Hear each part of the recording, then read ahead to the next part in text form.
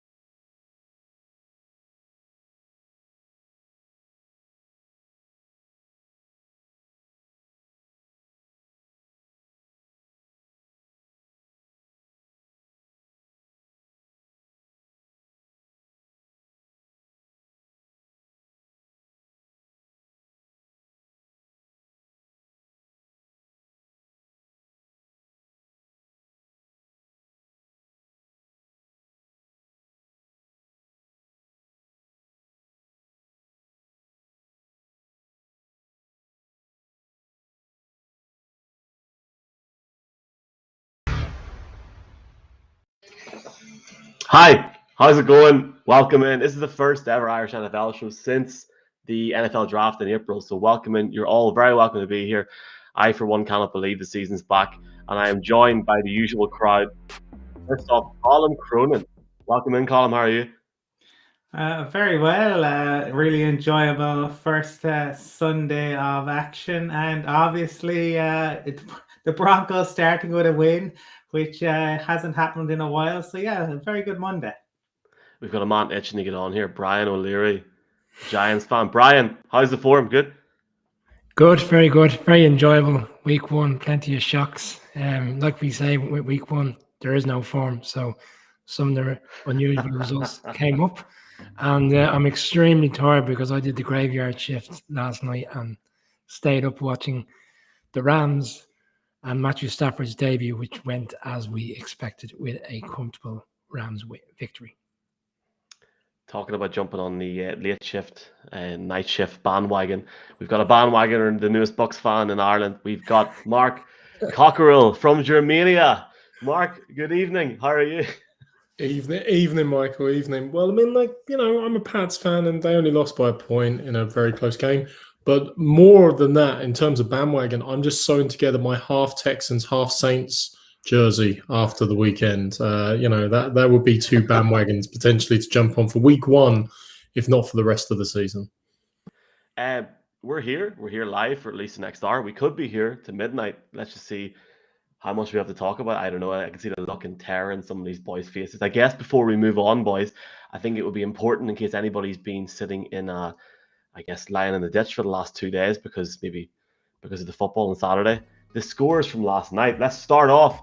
The Bucks Thursday night beat the Cowboys 31-29. The Seahawks get the best of the Colts on Sunday. The Texans come out of nowhere and beat Trevor Lawrence on his NFL debut. The Philadelphia Eagles have an impressive performance over the Atlanta Falcons.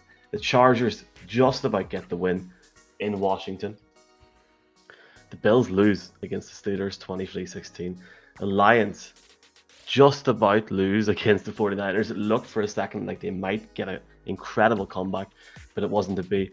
The Bengals are victorious, and they were very good now against the Minnesota Vikings. The Carolina Panthers get the win against the New York Jets in Zach Wilson's debut, and also Sam Darnold's debut for the Panthers. The Tennessee Titans, wow, that has to be the result of the day there. Incredible result, and we'll talk about it later on in the show. And finally, the last of the games, the Chiefs just get over the line again against the Cleveland Browns, 33-29. Patriots don't win. Mac Jones looked good though. The Giants, well, yep. And the Saints win 38-3 against the Green Bay Packers. I mean, we all seen that coming. And finally, as Brian said, the graveyard shift, the Los Angeles Rams 34-14 against the prodigal son in Justin Fields. And tonight, late night, is Monday Night Football. We've got the Raiders going up against the Ravens in Vegas. The first time ever that new stadium has a crowd. And lads, it's going to be a good night. Are we all staying up late for that game, yeah? No, not this evening. Okay, fair enough. Well, welcome in, folks. You're more than welcome if you want to leave a comment on social media, on Instagram, on Facebook, on Twitter, on YouTube. We will try and get called out as soon as possible. And also, if you're on Twitter, just retweet tonight's show for a chance to win a jersey. We're literally going to give it away after this show. You can enter worldwide. Brian's paying for the postage, so it's all good. Right, boys, ready to go? Yeah, all good? All good? Yeah? Absolutely. Yeah. Absolutely. Happy days. Right. Well, then let's start off. The biggest, in my opinion, story of yesterday has to be the Saints defeating the Packers 38-3. None of us seen it coming, but Colin, what was your thoughts on that result yesterday for the Saints? We'll talk about the Packers after. Yeah, didn't see it coming. Thought the Packers would win it, but I said it would be fascinating to see how Sean Payton did, how the Jameis reclamation project went, and to say that Sean Payton is a magician would be an understatement. If you haven't read Peter King's Football Morning in America piece as yet, definitely worthwhile. Really interesting interviews with Payton and with Jameis, talking about kind of working together, how excited Jameis was.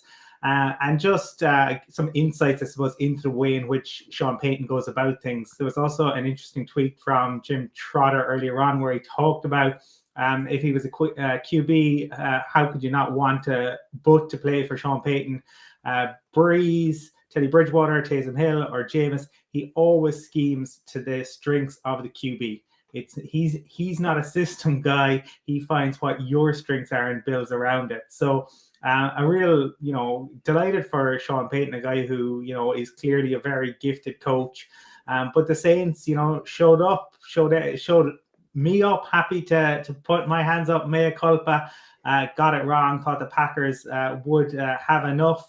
But it was funny, that talk of how the Saints, why they chose where they did choose, and we kind of said, nah, that can't be right. Sure, what difference does it make where you play? And we pointed to Tom Brady going up and the talk that he would have forgotten how to play in the cold.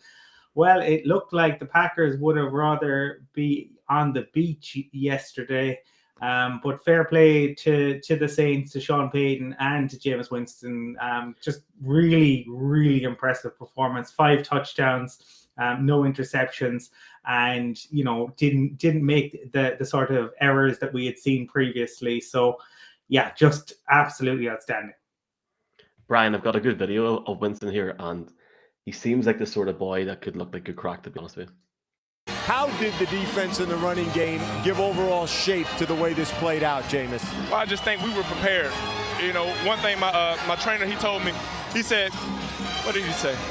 He just told us to be. Yeah, what did he say? I don't know. Very insightful stuff, isn't it?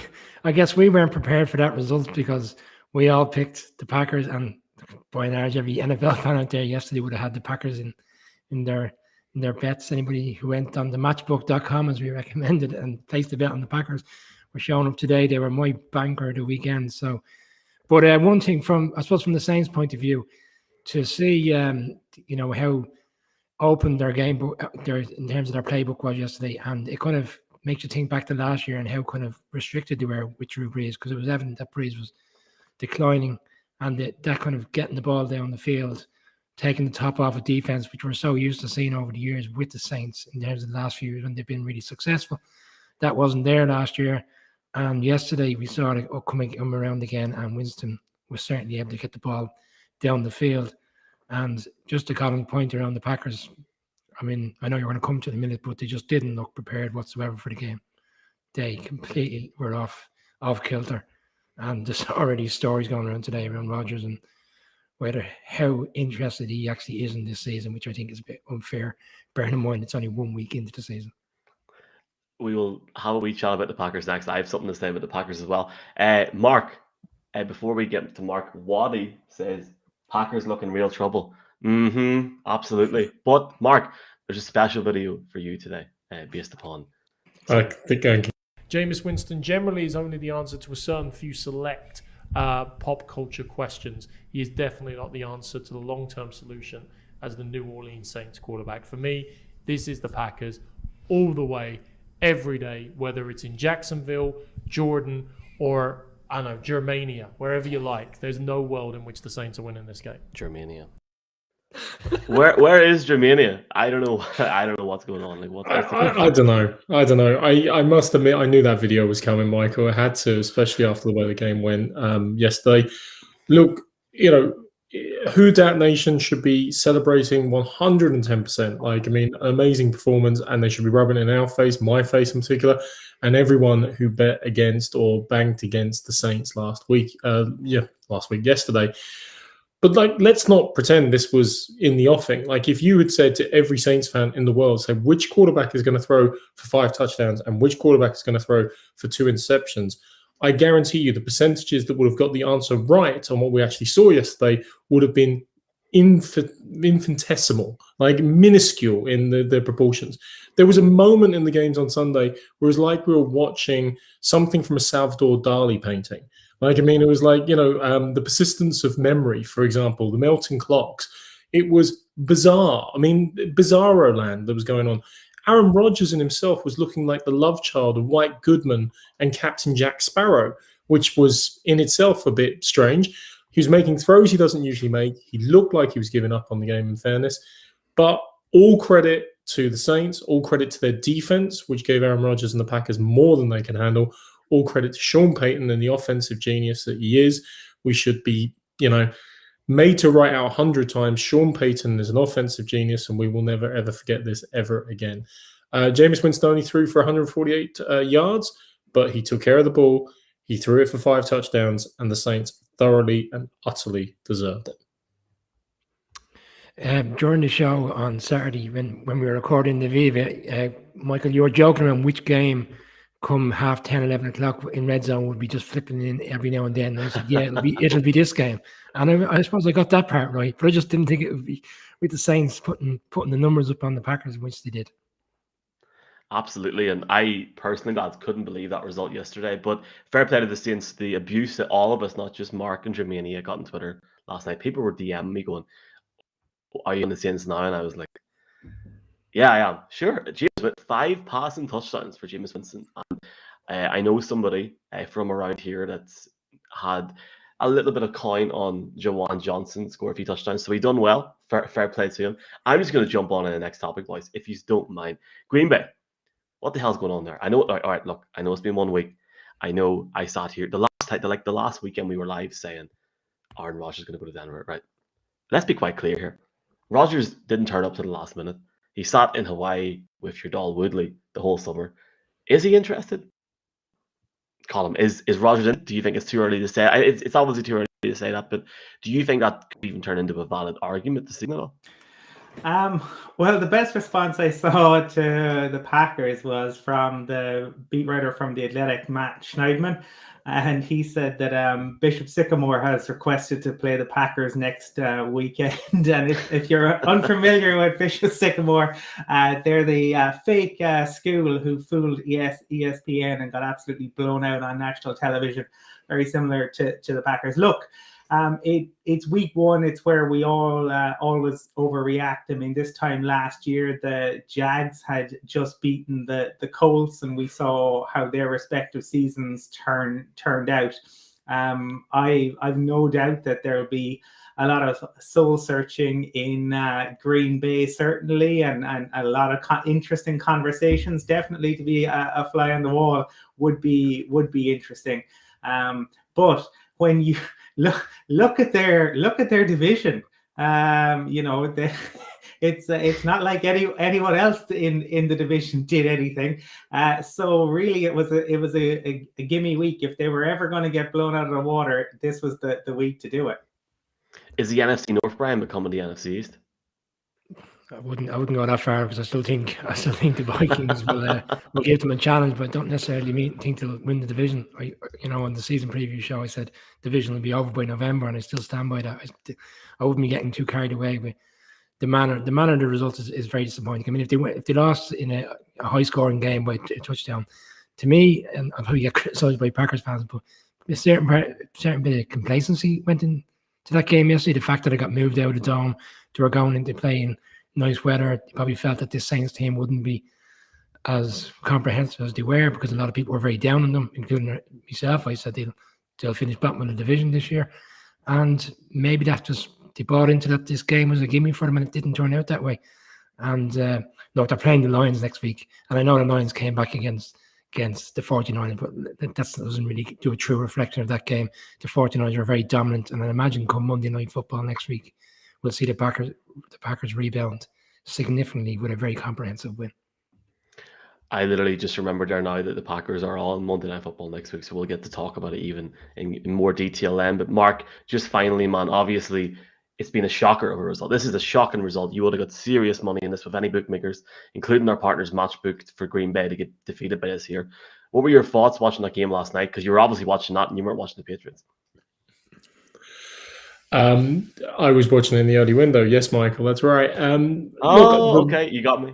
Yeah, I know. My thoughts on it were very simple. It was a case of Green Bay's offensive line needs some serious work. We've talked a lot about Lindsay going to the Chargers in free agency. Bakhtiari obviously isn't back fit yet, so they're starting 2 rookies on that offensive line, and they just seemed overwhelmed. Are they going to play a defensive line and a front 7 as good potentially as the Saints? And there were question marks over them, but they certainly showed up. Possibly not, but that was what was overwhelming the game. They couldn't get into timing, couldn't get into any sync, and equally the defense wasn't there. It's week 1 of 17. Let's see how it goes. But for a 13-3, for a team that's won 26 regular season games in the last 2 seasons, is expected to be a Super Bowl favorite, to be overwhelmed by that level, it is worth dwelling on for a moment. But we'll see in week 2 and 3 if they can pull it back, obviously. Yeah, but it was genuinely just an incredible result last night. But I guess time will tell what that will happen to in the long run. Our next topic, gentlemen, is Cleveland and Kansas City last night. For a while, I don't know, I think that's like a library in Dublin, by the way. For a while, it looked as if Baker Mayfield may have had the last laugh, and I guess the Browns would have had revenge for last season, but it wasn't to be.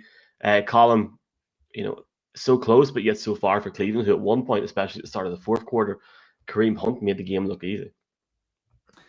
Yeah, I think they in the space of just a couple of minutes, it flipped from 88% win probability for the Browns to 88% win probability for the Chiefs. Because look, I have bigged up the Browns. I had talked about Kevin Stefanski. And I still think they're a very good team. But the concern is that good teams find a way to win, and not so good teams find a way to lose. And the Browns, we'll talk about the Chiefs a bit more in a bit. But this was on the Browns. They had this, and through a mixture of just special teams and just not being able to finish it. Like that last interception from Baker was a killer, and just not one. I know he's trying to move it down, but that's a big issue. Look, they'll get the opportunity to regroup, and they're not going to play many teams as good as the Chiefs. But it is disappointing. It is one that could be one of those sliding doors moments when we look back later in the season. It's certainly one where we're going to get to see the character of the Browns now, because they would have been absolutely flying if they had won. But now it's about resiliency. Now it's about we're on to next week. Brian, for me, the Browns offense, take away what happened at the end of that game. The Browns offense looked far better to me than it did last year, and I think there's a lot of positives to take from that game, regardless of the result. No, I agree with you. They were really effective, and to be honest, they've thrown this game away. There's no two ways about it. The Chiefs haven't played well we discussed on Saturday around how, the Cowboys would have walked away from Tampa thinking, God, that was one we let slip. And certainly even more so for this game, because the game was there for them. Like, we're in the fourth quarter and they've got an 8 or 10 point lead. And you saw the stat pop up that Mahomes has only lost one game where he's been behind by plus 10 points, and that was the Super Bowl. The rest he continues to pull out a bag, but it just didn't look likely. The offense was struggling. I know they put a point, but they're always going to put points because it's the Chiefs. Offense is always, even on a bad day, it's a good day for other teams in the league. But the reality is, for the Chiefs, there's so much comes in terms of their expectations. But Columns touched on it there. The special teams, the punter, drops the ball. It's just everything that we've seen from the Browns throughout the years as to why they can't make that next step came to pass again in the last 10 minutes of the game. I wouldn't be too disappointed with Mayfield on that throw. He's trying to make a play. He's under pressure. But just for the Chiefs, they've got so many good players, and when they need plays, they find them. And Chris Jones with that big sack on Mayfield, he stepped up defensively. And then on the other side, like Mahomes throwing was the cornerback seemed to go AWOL for Tyreek Hill. But again, it's Mahomes finding a way to get a play to put them down and put them in a position to win the game. So, yeah, Chiefs have won. I expect them to win. I thought it'd be tight. It was. But the Browns were impressive, and I think it's one that they come the end of the season. Because, again, we've got to bear in mind, these are AFC games, and if the Browns are to be in the running for 4th seed, 2nd seed, straight away in week 1, they've already handed the advantage over to the Chiefs. And Mark, seeing guys like Tyrann Mathieu not play yesterday because they're not back yet, but the Chiefs still find a way to get over the line. Patrick Mahomes, I think, I haven't got the exact stat, but he now has had the best start to an NFL career for a quarterback, beating guys like Dan Marino and stuff. They got over the line yesterday, but I guess that's a hallmark of a championship caliber team where they can get over the line in games like that. Yeah, absolutely. And Mahomes, he's overtaken some of Dan Marino's historic records for the best start to a career over the first to 50 wins and things like that, and that he's very set. That's what they do. Mr. September, Patrick Mahomes still never lost a game in September, still never thrown an interception in September. It was almost like it got to the middle of the third quarter, and we talked about the two-headed beast of Chubb and Hunt on the Browns. And it was like, well, we only have 2 weapons. We only really need 2 weapons. Let's just keep throwing the ball to Tyreek and Travis Kelce. And lo and behold, look what happens. Tyreek Hill going over 200 all-purpose yards and generally doing Chiefsy things. Do you know what it reminds me of? You remember, well, Michael won't remember it because he was wasn't even born. Early 90s advert, You've Been Tangoed. It feels like it's almost like you've been Chiefsed, if we can make that a thing. But they just do that. You can never expect them not to come back from those big deficits. There's always flaws on defense, but my God, that offense can put up points whenever, however, and wherever you like. Yeah, it'll be interesting, I guess, to see what happens with the Chiefs now over the next few weeks. As somebody that hates the Chiefs and wants the Chiefs to lose every game of the season, it was just heartbreaking because the Chiefs continually get my hopes up and let me down. But I guess it's even unfair of me, Mark, to say when the Chiefs, I said, get over the line, Travis Kelce looked great. Mahomes looked good. Well, he looked good and he wasn't even great. So, look, I don't even know what to say anymore with the Chiefs. The Chiefs get it out of the bag, get 1 win as well. And the Chargers very, very nearly, and we'll talk about it in a bit, very nearly went down a step. So, depends on tonight, but the Broncos and the Chiefs are both leading the AFC West. I just wanted to say that for at least 1 week this year, if that's okay, boys. Okay. Michael, we are going to... Yeah. Go for it. Sorry, quick point.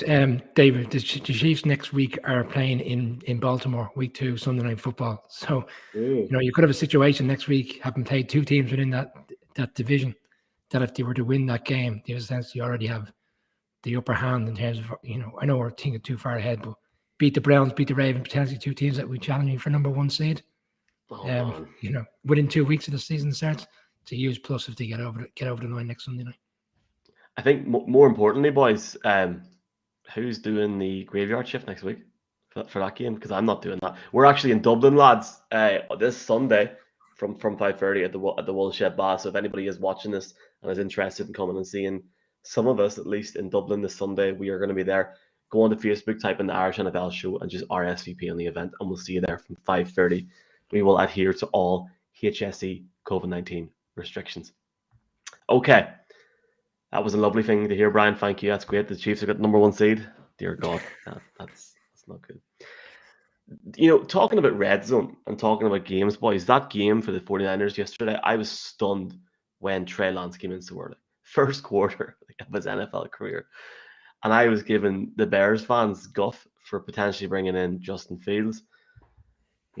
But look, it was impressive to see him, boys. But I guess, Colin, the 49ers nearly flew this game away. And I know it would have taken a lot for the Lions to get over the line and even take the game to overtime. But, it was touch and go for a bit. Yeah, I mean, it was all the hallmarks of a classic Kyle Shanahan game, because they got off to a flyer. Trey Lance comes in, he becomes the first QB to throw a touchdown with his first pass attempt since Tebow, I think in week 10, all the way back in 2010, so more than a decade.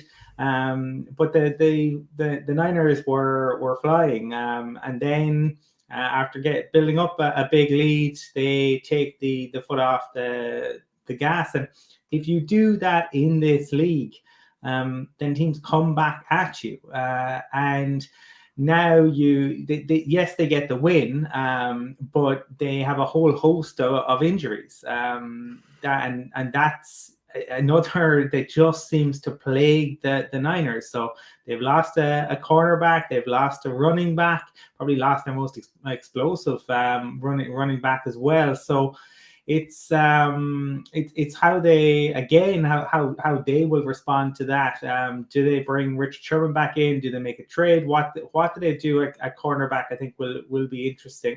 But that, for the first 3 quarters, they looked fantastic, and Jimmy G was throwing the ball. He was the antithesis to Goff, because he was throwing it long. Goff remains the guy who he's a short thrower, and but we'll come to the Lions maybe later. But I think that still remains an issue for them. But look, they showed grit and determination, and they were very much the epitome of a Dan Campbell team, or what we imagine a Dan Campbell team would be. What do you think of the 49ers' performance in the first half yesterday, Brian, and even in the third quarter, but then to almost fall apart or almost mess it up towards the end? I'm not going to read too much into it. Like, they scored that touchdown and went 38-10 up with 6 minutes to go in third quarter. And okay, fine. Look, the Lions have come back and they put, like, Goff. You looked at that game this morning, you hadn't seen how the game played out. You look at Goff's stats, 3 touchdowns and 300 yards. You're thinking he's had an amazing game. It wasn't the case. The 49ers took the foot off the gas. I don't think there's anything to be concerned about. The only thing concerning me now is these injuries are already building up. And week 2 last year, when they went to the Jets, they got an abundance of injuries, which derailed the season. And do we have a similar scenario again where 2 to 3 weeks' time they could be out of the picture immediately because they just can't replace, impact players?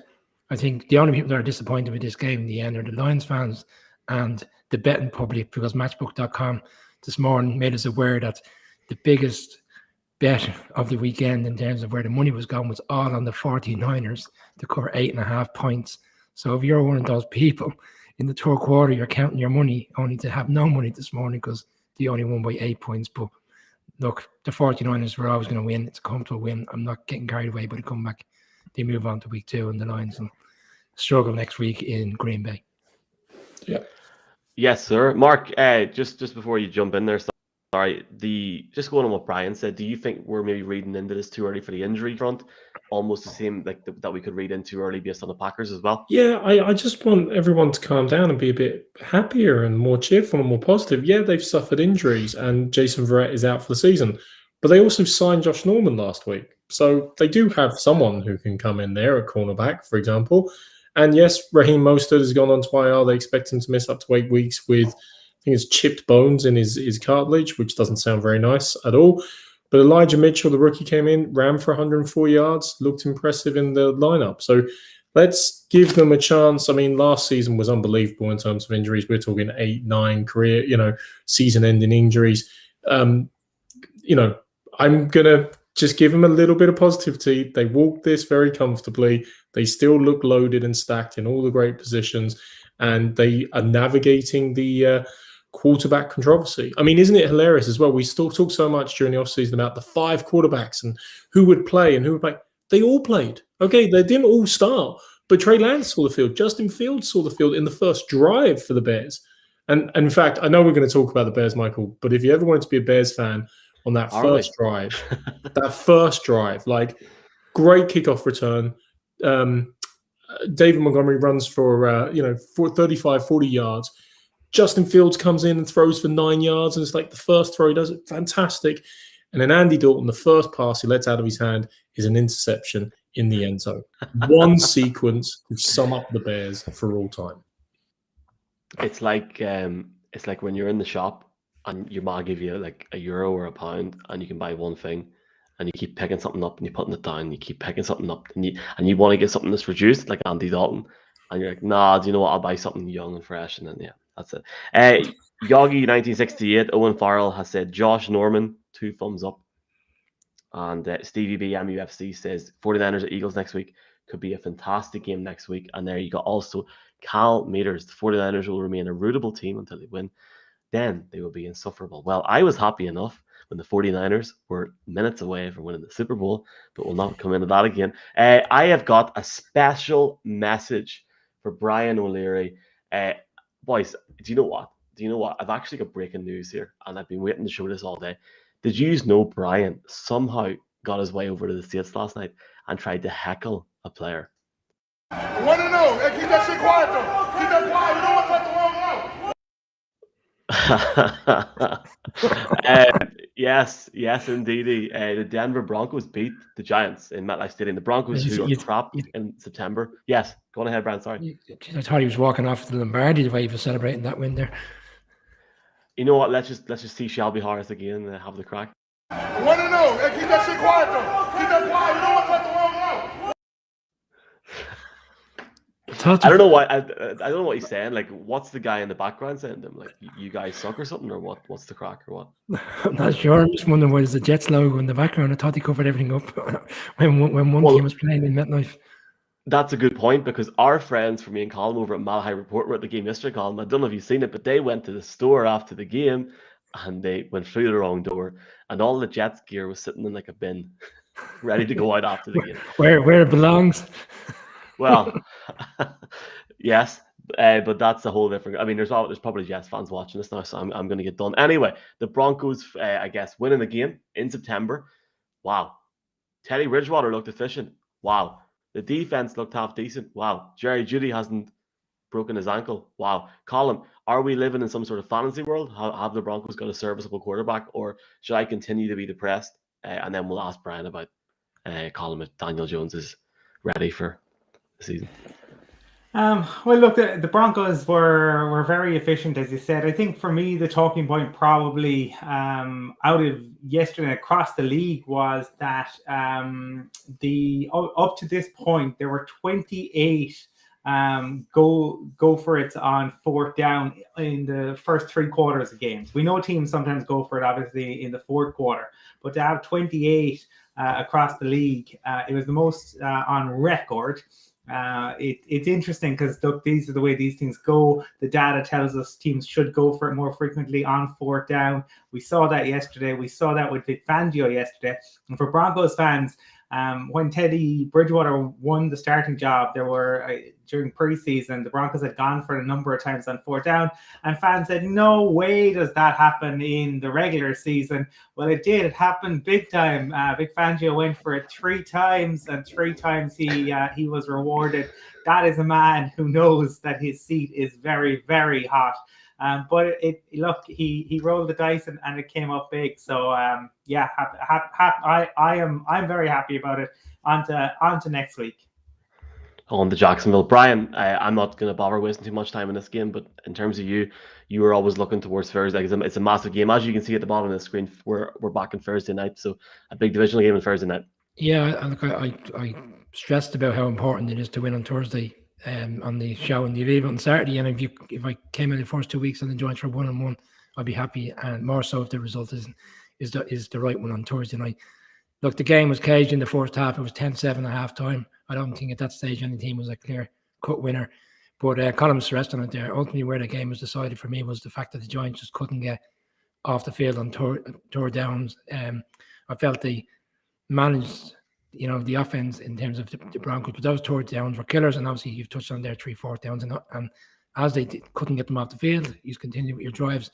The defense got tired and empty. Then the game went away from us. And if it's always this with Daniel Jones, unfortunately for us Giants fans, but if he doesn't fumble in the red zone again at can't even recall the score at the time, it was 70-7, so potentially if a touchdown went in or even a field goal, it's a one-score game late in the third, and who knows. But again, it's just every year he just doesn't understand. Feet forward, slide down, give up on the play, and live for another day. The key word there, Brian, is if he doesn't turn over again, then the turnover machine strikes. Look, for me, one thing about this game, which is going to be really quick, 4th and 1, 10-7 game. Teddy Bridgewater nearly gets caught by the Giants defense, gets it away to his tight end, who makes an amazing effort to not only get past the line, but also get the touchdown. That was the play of the game. We talk about key plays at key moments. That swung the momentum entirely. And Broncos should feel comfortable, and Giant fans should feel nervous about the fact the Broncos sustained drives of 10 plays, 16 plays, and 15 plays on some of those touchdowns. For any of you keeping score at home, compared to last season with Drew Lock, that's exactly a difference of 7 plays, 13 plays, and 12 plays from the normal drives that he would have in a game. Steady Teddy. The Broncos play the Jacksonville Jaguars on Sunday, so it'll be interesting to see how Trevor Lawrence pops back as well from yesterday, and we'll talk about that very soon, lads. Don't worry. The next game we're going to look at is Jalen Hurts and the Eagles. Boys, what a start for the Eagles. Just 264 yards. You see it at the bottom. 3 touchdowns in a 32-6 victory. As for me, who had money on Kyle Pitts to score a touchdown yesterday, never looked like happening because that defense for the Eagles for a start stopped them. But going forward, Jalen Hurts just looked really fresh. And this Eagles team, you'd have to say they look very good at the minute in terms of, I guess, challenging for the NFC East, albeit after 1 week. Yeah, that's the danger of one week. But look, the Falcons were awful yesterday. But the Eagles had a game plan. They took advantage of it. Hurts was fantastic, and fair play to him and Nick Sirianni. They just kept going to the right-hand side of the Falcons, or Hurts' right-hand side. Josh Norris had a piece on that on Twitter. Brian Baldinger did a great breakdown of Hurts. But Ruben Frank's tweet, Jalen Hurts has 3 games with 250 passing yards and 60 rushing yards. Only 6 players in NFL history have more in their careers. And Cam sits at the top with Russell Wilson with 7. Jalen Hurts has started 5 games. The Eagles are going to be very, very exciting. They will lose games, but they're going to be very exciting to watch. What do you think, Brad? I think this is more, for me, it's about the Falcons and, again, how disappointing they are. We touched on it on Saturday. I think we all picked the Falcons, but I don't think anyone's picked them with any conviction because you just don't have any faith in them. And a new head coach is in, and for a new head coach to have a performance like that was, it's really disappointing to see. You would have expected that they would have had a bigger improvement judging on their performances last year. But they started off efficiently enough. They seem to be moving the ball on that Eagles defense. And then by the middle of the second quarter, it was gone away. And they didn't seem to have any fight about them. The fact when the Eagles went ahead, they just gave I'm not saying they gave the game away, but they just didn't seem to have anything in reserve to come back at them. And I'm not going to get carried away on the Eagles either because I think the Falcons are going to struggle this year, and I think most teams will beat them. So we'll see how the Eagles get on when they play the 49ers next weekend. Yeah. Any final comments there, Mark? Or if not, it's fine. No, Michael, the beauty of week 2 is when we find out whether it was, is it me or is it you? Was it the actual team or was it just who you happened to play against this week? Look, for this week, all credit to Nick Sirianni and equally David Culley at the Texans, who were 2 very underrated coaches, very criticized coaches who've pulled out great wins in week 1 and seem to have their team organized in a certain way. Jalen Hurts still only threw 2 passes with more than 15-plus air yards. Can teams key in on him, and is he truly the long-term answer? I'll be honest, I still think there are plenty of questions to ask there. And the Atlanta Falcons, I mean, 2 great drives to start with, 2 field goals, and then 99 penalty yards, 124 rushing yards, 136 passing yards, I think. When your penalty yards are nearly the same as the amount that you rush and you pass for, that is never a good sign. But don't worry about it. You can fix it in week 2 when you go, oh, yeah, to the Bucs. Yeah, good luck with that. Did anybody see? I was going to actually put it on here, but there's copyrighted music on it. Tom Brady done a video today for next week, for last week for his win, and the time on there was a thing in the back of his laptop, way in the back, 3:28 p.m. And it's just like, this man is a monster, and that's all I'm going to say. An evil monster. An evil monster indeed. Talking about evil monsters, Brian O'Leary's sleeping pattern is an evil monster at the minute. I don't know how you done it last night, Brian, but I guess all the Bears fans in Ireland and the UK sat up to watch the start of what they hope is an amazing journey for Justin Fields, for his team, for Matt Nagy, who has a big year ahead of him. And it didn't work last night, but it might work going forward. The Rams got the better of the Bears in the first game at SoFi Stadium with a full crowd for an NFL game. Colin, did you manage to catch highlights this morning? The Rams look quite impressive. Yeah, I stayed up to watch the first quarter of it because I was interested to see, and Jalen Ramsey was on fire during that. They still probably have a little way to go in terms of overall defense dominance, but given that they changed coordinators, that's to be understood. I thought Sam Monson made a really interesting point around the Bears in that they probably wasted a really good roster on Mitch Trubisky. And now the roster isn't there. They may have found a much better QB in Justin Fields, but the roster just, they didn't replace Kyle Fuller, and that showed. They really struggled in the secondary, and they appear to be cursed at left tackle. Significant number of injuries during the game. They had Elijah Wilkinson, who we saw with the Broncos. If Elijah Wilkinson is going to be your starting left tackle, you're in all sorts of trouble. So, look, we knew that the result would probably go this way, but the Bears will hope that they can get Fields in and go from there. And you watched the game last night, so you've obviously seen a good bit of it. First off, were you impressed with Stafford? And secondly, do you think Justin Fields will start week 2? I don't think Fields will start week 2. I think we'll see a similar pattern to what we saw last night, which is across the league, not just with Chicago. We saw it with the 49ers, a kind of a mixture of Jimmy G and Lance, and similar with Dalton and Fields coming into the game. And Fields ran for a touchdown, so I think he's a wild card in the sense that there's the run pass option with him. But look, I said on Saturday I felt the Rams would win comfortably, and Stafford had a relatively easy opening game, but he looked very efficient, and look, you could see the upgrade straight away compared to what they've been dealing with Goff over the past couple of years. But the Rams are a serious threat this year to go all the way, and the defense, what it was against a kind of a limited Bears offense to a certain extent, they still look very efficient, and you just know even against better teams that Rams defense will step up. And just one final point in the Bears. We always continue, and Mark touched on it on Saturday, which this Bears defense is I suppose is the stronger part of their team, but the secondary was badly exposed for those 2 touchdowns. And the fact that even when he caught the ball, there was no realization that he hadn't been touched, and he gets up and runs in for a touchdown was pretty poor. And the Cup touchdown, they were non-existent. So the Bears have the Bengals next week, so it's not such an easy game anymore when you play against this Bengals team. So we'll see how they get on next week, but comfortable night for the Rams, and they've got bigger and better things to come this season. Yeah, I don't even think we'll actually get time, Mark, to talk about the Bengals properly, but maybe on Sunday's show we will properly. Absolutely. Because I think they deserve that, and they played very, very well last night. Good to see Jamar Chase, and good to see, obviously, Burrow come back from his injury, and we will, Bengals fans, Ireland and UK, and further afield, we promise. Please don't hate us. Mark, there's a comment from Cal saying Allen Robinson posted just 35 yards and 11 targets. Any thoughts on that there? Yeah, I mean, Free the Chicago one, the campaign continues. And, they tried to get him the ball and feed him the ball, but that's a very good Rams defense up front, across the whole back of the secondary as well. So they really locked it down. Look, we're talking an awful lot about the Bears' problems. I want to mention the Rams' problem that people don't want to talk about. They can't run the ball. Like, we know they've lost 2 running backs on IR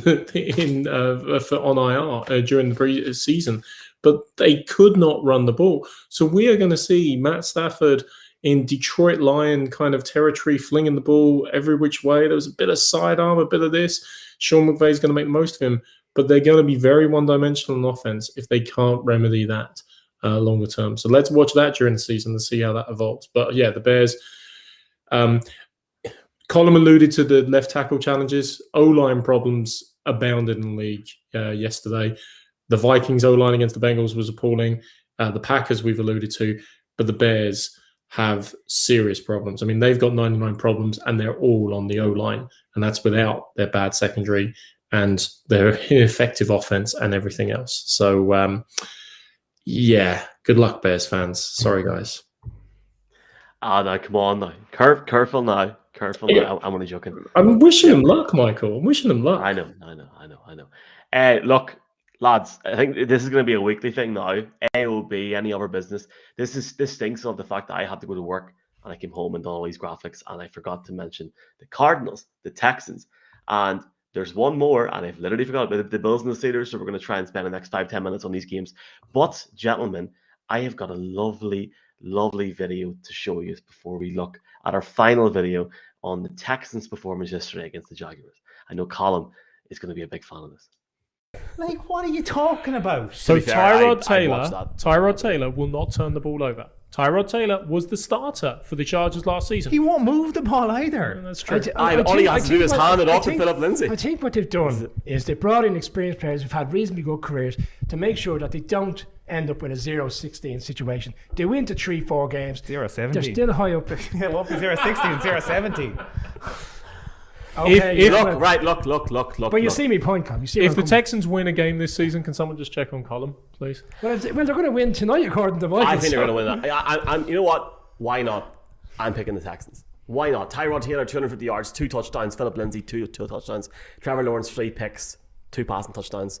I'm picking it. Why not? Bit of crack, boys. There's always a shock in week 1, and how funny would it be if it happened? Because everyone expects Jacksonville to win. The pressure's on wee Trevor. Good luck today, Trevor. That's the point I made with the Bengals game. The pressure's on the Vikings. I think the Bengals will win. Forgot about that Bengals point as well, Brian. Good luck to Jacksonville next Sunday. You're going to need it, boys. Lads, Colin, starting off, are you okay? Mark said the chat room. Are you all right?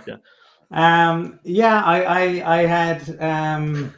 I let the fact that Jack Easterby and Deshaun Watson weren't on the field overrule the fact that they were playing, such a bad team. I did say, I absolutely criticized the Texans. I did say Urban Meyer would be run out of town. As we are live right now, trending on Twitter, Urban Meyer to USC. He is pure poison, and wouldn't be surprised. And to be honest, that'd be the best thing the Jags could do. Trevor Lawrence losing his first regular season game since I think maybe ever, because I don't think he lost in high school. He certainly didn't lose in college. Look, the Texans, congrats, great for David Culley. Awful that an organization as poorly run is able to get away with it. But you have two bad organizations. The Jags, Schottenheimer goes from the Seahawks. Russell, you saw the response from Russell Wilson. So very pleased. It will be interesting. The Texans with trips to Cleveland and to Buffalo within the next 14 days. Let's see if it's let's see how real it is. We're about to see. Maybe I'll be shocked again because this is the NFL. But I think if Urban stays in Jacksonville, they may pick one, but I think you're still talking 1 and 2 from those two yesterday. Brian, can we just watch that first 3 seconds again, if you don't mind? Just 2 seconds. Like, what are you talking about? That's unreal. That could be a meme column, seriously. 10 out of 10. Brian, that was the best part of the Aviva, that whole scene, I think. I just thought you were lead the show on. It was pretty enjoyable. I actually put that up on Twitter yesterday. Here's the moment of the show now. But just going back to the game. So look, just on Trevor Lawrence, Clemson, he lost to LSU 2 years ago in the championship game. I think in the play, he's never lost a regular season game. No. So this is the problem now. He's going to have growing pains. And Urban Meyer's going to have growing pains because he's so used to winning from his college background. The two of them yesterday were getting a bit disgruntled with one another. They're talking about on a number of shows today the fact that they were very, I wouldn't say taken back by the fact that they lost and they're just not used to it even, but they certainly didn't seem to be in sync with one another. And look, for the Texans, look, you said it on Saturday, two poor teams. And I suppose from their point of view, it was a good opportunity to get a win early to keep the Texans fans on side for what surely will still be a very difficult season to come. But interestingly, how the Jags rebound this weekend against the Broncos because it's another week on and every game is different in the NFL. So let's see. Oh, yeah, actually, Michael, just one quick point on the Jags. I mean, they were poorly coached. I mean, just let's be really honest about this. That first quarter, they burned 2 timeouts in the first quarter of the first game in the NFL season. They were getting penalties and procedural issues. They just looked sloppy. And that is not on Trevor Lawrence or that's on the coaches. If you can't even get them to snap the ball correctly and form up correctly in relation to it, guys, you're doing a crappy job coaching the team. So Urban Meyer needs to pull his socks up. Trevor Lawrence, he's the first overall pick, 3 TDs, 3 picks, as you quite rightly said, Michael, there in your little interlude, was bang on the money. But look, not a great game. There were better games in the NFL, in fairness, yesterday. There were a lot of better games. And we're going to talk about them right now as well. See if the best lost the 2 biggest games to last. And yeah, you're right. I should have put money on that yesterday, but I didn't. Obviously, a note to Matchbook, our sponsors. Irish NFL show code, special offer. Check out Matchbook. Betting has changed both in the north and the south. The Bills against the Steelers. So we got 2 more to talk about. The Bills, the Steelers. That was a game on Sky Sports at 6 o'clock yesterday. The Bills come up short. Colin, are the Bills the Mayo of the NFL? Well, they certainly they came up against a very good Steelers defense. But in fairness to the Bills, their run defense was phenomenal. Najee Harris was on the field for 100% of the Steelers' offensive snaps, which is quite something. But he never really got going. But the Steelers found a way. Special teams, defense, TJ Watt. And look, when you have the organizational clout that they have, and they talk about that every year the Super Bowl is their aim and they're serious, you go in to Buffalo with the Bills Mafia, and McKenzie goes off for what was it, nearly a 75 yard return on the opening play, and it was just the place was absolutely going bananas, and then you shut it down. It was a brilliant performance from the Steelers defense. I thought the Bills have work to do on offense. Brian Dable, the Steelers from the Commons afterwards, they knew what was coming. They were able to identify the plays, and that's a serious issue for the Bills. Look, the Bills are still a very good team. They won't meet as many defenses as good as the Steelers, but they have work to do. And I'm sure that they'll get around to it. But the other issue, it's a bit like the Rams. You got to be able to run the ball. Otherwise, it's much easier for teams to scheme against you, and that's an issue for the Bills as well. Brian has the head of a man that looks as if he picked the Steelers. I didn't pick the Steelers. No, I went with a close Bills win. Every team and every fan group has this period during the summer where they listen to their own internal beat writers, and we all get our teams hyped up and we think we're going to do really well this year. And when we interviewed Tom Rooney and when we interviewed Coach Coward, they both said, write this Steelers team off at your peril. Mark couldn't touch on Saturday. They still won 12 games last year, but we've been dismissing them. I know, Michael, you were very confident on the Bills winning that game. We all felt they would, but it'd be tight. But the Steelers, yes, they look like a team that were playing for their head coach. He's not under pressure, but certainly feel like they've got a point to prove after last year's difficult defeat to the Browns in the playoffs, and what a hell of a win for them. And then for the Bills, I'm not high on the Bills. I know that I believe they'll win the division, but I'm not convinced they're going to be in that championship game again. And to be honest, I'll give you my pick now. The Dolphins are going to beat the Bills on Sunday. He says. Well, Mark, I was just going to very quickly say, it's week 1. How many? I mean, did the Bucks win in week 1 last year, Mark? I have no idea, Michael. They played the Saints at 9:25 in the Dome, and they got absolutely. Oh, that's right. They got demolished. eviscerated. And Tom Brady was done. We were going to get him a Zimmer frame, and it was over. Mayo part 2. Mayo. As I'm a Patriots fan, not a Bucks fan, Michael, I'm sorry I don't remember their results as easily. But anyway, sorry. I'm just waiting for the video, Michael. Where's the video of Michael's prediction about the Bills, the lock of the week? They're going to walk this game by 20 points. The only video I have, I have got a video, and it's my reaction to Brian saying that he thinks the Dolphins are going to beat the Bills this Sunday. Like, what are you talking about? Brilliant timing. Look, on the Steelers-Bills game, Collins alluded to it. That Bills defense, first half, Najee Harris ran for an average of 1.1 yards per carry. He was locked down. The second half, Steelers found a little bit of a way. They got 3 drives over 9+ plays together, and they connected. But it was all about the steel curtain. It was locking things down. It was the turnovers on downs, and TJ Watt coming out with 2 sacks. I mean, look what happened yesterday, Michael. TJ Watt had 2 sacks. Chris Jones, we alluded to, had 2 sacks. Von Miller in the Broncos game had 2 sacks. Someone had 5 sacks, actually, and that's a game worth talking about. The Arizona Cardinals and Chandler Jones beating a very good left tackle in Taylor Lewan with his 5 sacks. I mean, that really fueled their game. And Mr. O'Leary, I think, was the only one of us who went with the Cards in that particular game. Oh, he did. Can I just very quickly say before Brian jumps in here, hello to the Irish Titans. I think they're convinced the season's over. Like, that was stunning last night from the Cardinals. But Brian, like, I'll jump in with you here. The Titans, man, I couldn't believe, they were very poor. It's funny, yesterday afternoon, and we've had this last year, and it's all a bit of back and forth banter. And there's a couple of Titans fans on social yesterday that were kind of questioning my pick of the Cardinals before the games even got played. Well, there's the reason. People were saying 9 players out on COVID, and once they weren't COVID sick, they still missed a lot of preparation for the game. They missed weeks of practice. All of those things have to be factored into reasons why a team is going to go out and play and win or lose. The Cardinals, in a division that we discussed is probably one of the most competitive in the league, they have to win these games early in the season to be with a chance. And Kyler Murray, 289 yards, 4 touchdowns, and the customary touchdown that he seems to just score. He seems to score in every game himself, running the touchdown in.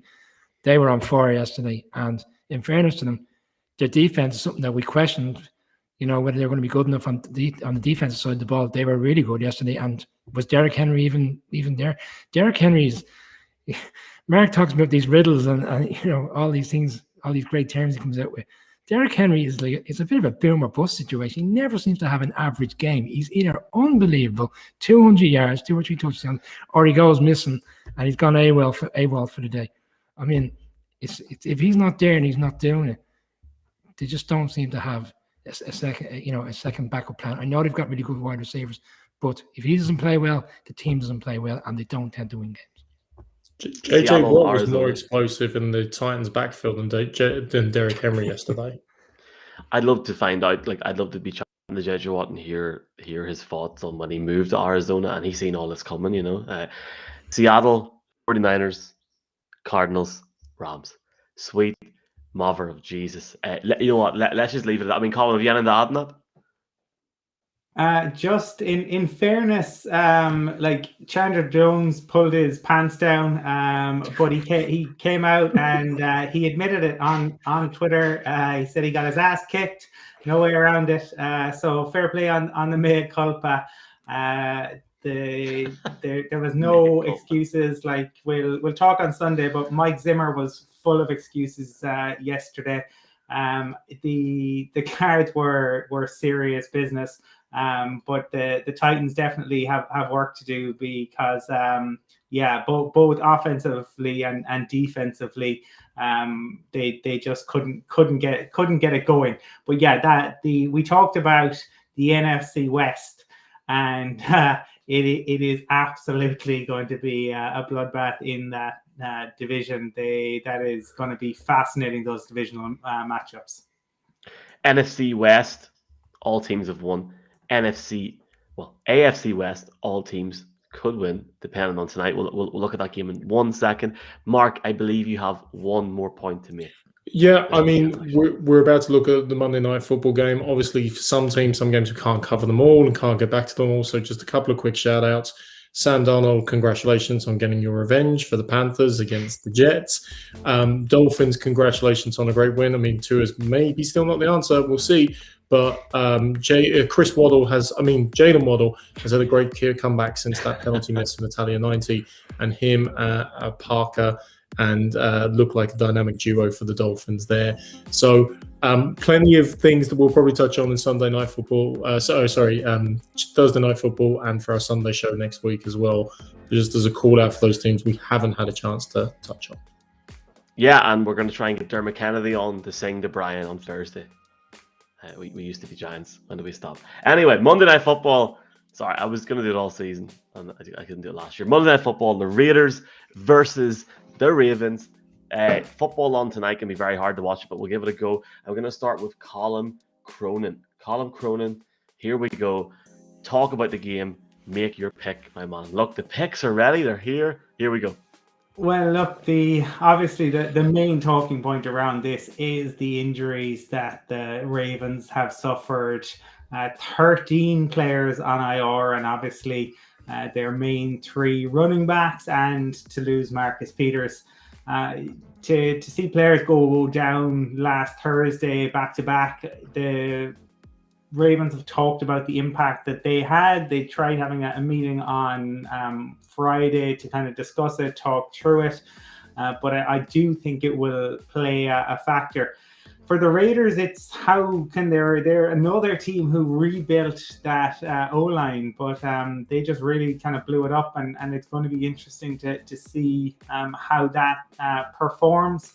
I mean, Mark talks about the enigmas within the league, and I really think the Raiders are one of those. This is the team that beat the Chiefs last year. And yet at other times just beat themselves. I think prior to the injuries, I would have gone with the Ravens, and they have an unbelievable. They've 5-0 in season openers since 2016. But I think the injuries could play a factor. I think the Raiders being in their new stadium with fans.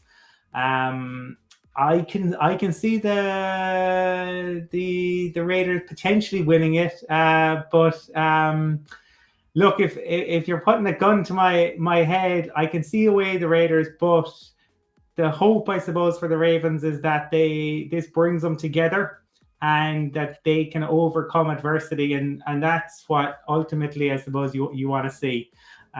Is that the team that suffered so much can go on the road.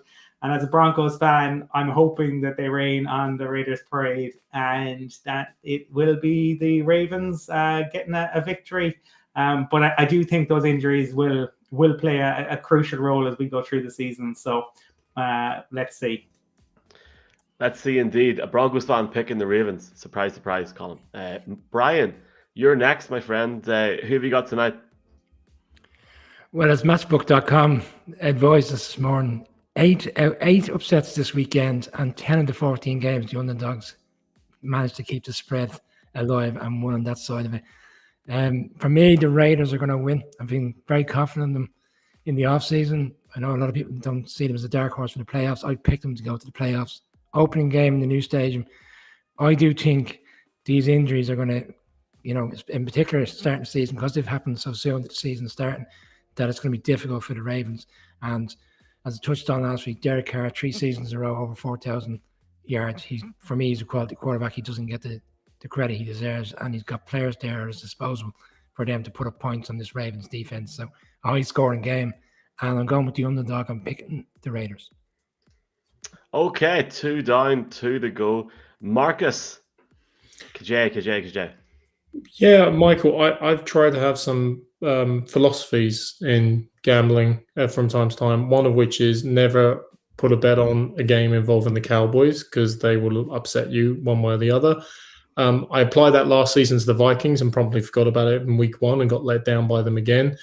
I'm going to have a new philosophy, which is just don't trust John Gruden and the Raiders anymore. Last season, I had them as my wildcard team. I was convinced they were doing it. They fell apart at the end.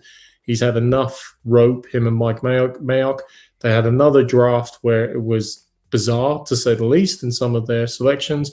He hasn't done anything on defense. I mean, we had the rumors that they actually approached the Bears to asking them, would they trade back Khalil Mack during the offseason? I mean, this is how ridiculous the man and the franchise, not the franchise, that's unfair, but the man has become. He's unmovable with his 10-year contract, but the project isn't working. I don't trust him anymore. I don't trust what he's doing with the Raiders.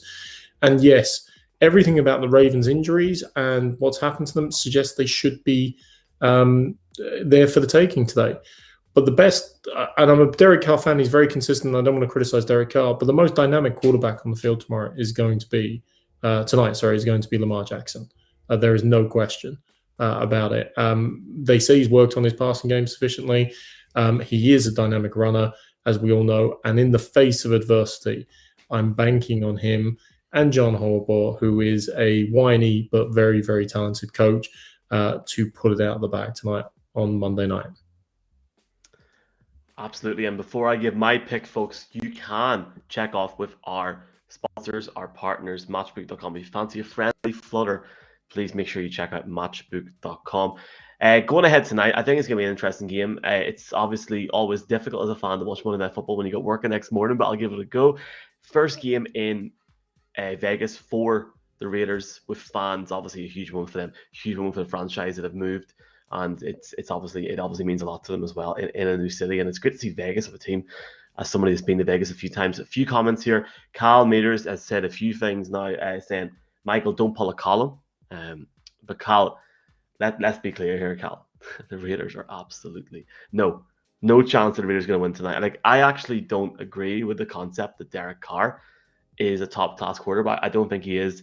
I think eventually he will get found out. But I actually think the difference in this game isn't going to be Lamar Jackson, who's playing for a new deal, plus Edwards in the rush tonight. I think it's going to be the difference. I think the Raiders will not win, but I think the Ravens will win by a touchdown.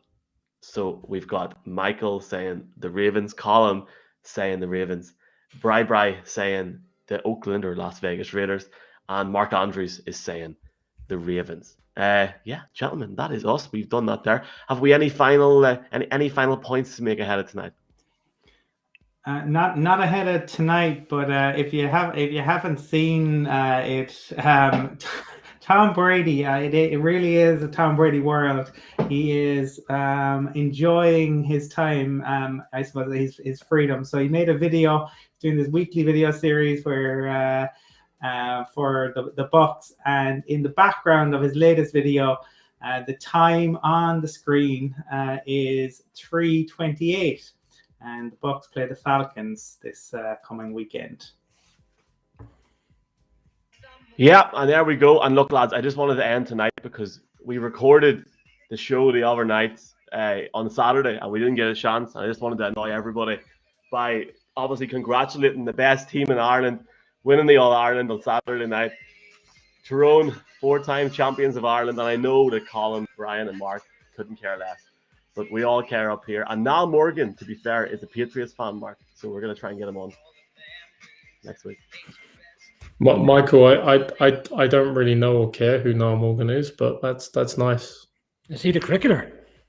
He's a cricketer. Oh, it's old Morgan. We could get him on. That'd be good. Okay. Congratulations to Tyrone. Great to see somebody new win the Sam Maguire, and it should be great to see it spread around a bit like the well, they didn't let it go up north, but that's a whole different conversation for a different show. But sure, it's grand. Well, it's COVID with it. It's fine. And okay, boys, I just want to ask you. I mean, Mayo now 6 All-Ireland final losses in the last 10 years. Who is the NFL equivalent, team-wise, to Mayo? Buffalo Bills. It's hard to argue with that. Four Super Bowls in a row. Difficult one. Well, then again, Mayo won it in the 50s. The Browns have never won it. So, I mean... Oh, no, the Browns... Oh, no. The Bills. The Detroit Lions. We could be here all night. We could talk about it on Thursday if you wish. Let's leave it at that. We're back live on Thursday. I don't have a graphic for Thursday night, so that'll have to do for now. I'm sorry, boys. We'll leave it at that. Yeah, happy days. We're still partying up here, boys. Back 10 o'clock Thursday night for the Giants against I can't wait to hear Brian's analysis. The Giants against Washington, Thursday night, 10 p.m. Check out the Facebook page. Go to the events. Go to the Woolshed this Sunday. Just RSVP. We will see you there. And lads, thanks a million for joining us. And yeah, everyone good? See you there? Yep. All the best. Have a good night, boys. See you there. After 7 months, the NFL has returned. We are honoured to be at the Aviva Stadium in Dublin.